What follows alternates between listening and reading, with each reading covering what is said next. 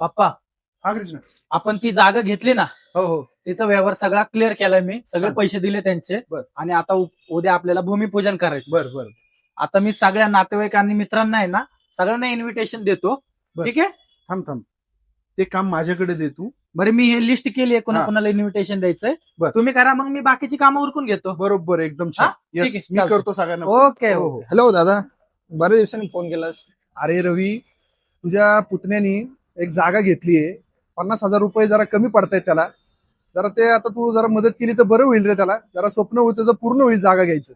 अरे दादा, पैसे वगैरे काही नाहीत माझ्याकडं, आणि तो पैसे असेच वायाला घालवल तो. हॅलो यश, हा, बोला ना. अरे तू आणि कृष्णा एवढे जुने मित्र आहात. हा. तर ते काय झाले, त्यांनी एक जमीन घेतलीये बर. आणि तिथं त्याला 50,000 रुपये जरा कमी पडतायत. अच्छा अच्छा. तर तू एवढे चांगल्या नोकरीवरती आहेत, तर हा. जरा मदत करशील का त्याला? अहो केली असते मदत, पण काय ना जरा माझ्याच कंपनी जरा पैशाचा प्रॉब्लेम चालू आहे, ते केली असते मदत तुम्हाला मी. बरं, असं म्हणतो. हा. ठीक आहे, चालेल, चल, हरकत नाही. हॅलो, सुशांत बोलतोय का? हा काका, बोला की. अरे सुशांत, कृष्णाने एक जमीन घेतलीये. अच्छा. सगळा व्यवहार झालाय, पण 50,000 रुपये त्याला कमी पडतायत. तर तू त्याचा लहानपणीचा मित्र आहे, तेवढी जरा मदत करू शकतो का तू? एवढे तर नाही जमणार काका, पण मी एक 10,000 तुम्हाला देऊ शकतो. रोहिदास बोलतोय का? हा बोला की. रोहिदास, असं जरा अडचण झालीये की कृष्णाने एक जमीन घेतलीये बर. आणि सगळा व्यवहार पूर्ण झालाय. त्याला 50,000 रुपयाची गरज होती. तर हो तेवढं का? तुम्हाला जमेल का? तुम्ही लहानपणाचे मित्र आहेत ना. हो ते आहे, पण काका माझं स्टॉल छोटासा स्टॉल आहे. मी एक 10,000 रुपये देऊ शकतो. हवं तर मी आता पाठवू शकतो मी. हा नवसाजी. हा. अरे कृष्णा आणि तुम्ही एवढे चांगले मित्र आहेत. हा. काय झालंय, कृष्णाने एक जागा घेतली, तर त्याला 50,000 रुपये कमी पडतात बाळा. तर तेवढे तू मदत करू शकतो का त्याला?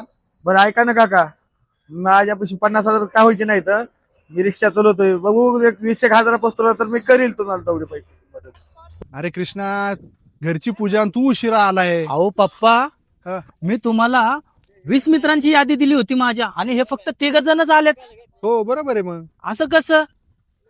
कृष्णा, हे तिघच तुझ्या सुखामध्ये सामील होण्याचे खरे हकदार आहेत, लक्षात घे तू. अहो पप्पा, असं कसं? तुम्ही असं कसं बोलता?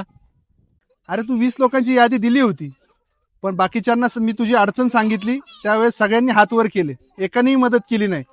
पण या तिघांची परिस्थिती नसताना त्यांनी त्या तयारी दाखवली की बाबा आम्ही आमच्या परीने जे काय होईल मदत करतील, आणि आज ते पैसे घेऊन तुझ्यासाठी इथं आलेले आहेत. हे खरे तुझे हकदार आहेत. 100 मित्र असण्यापेक्षा 3च असावे, पण ते जीवाभावाचे असावे.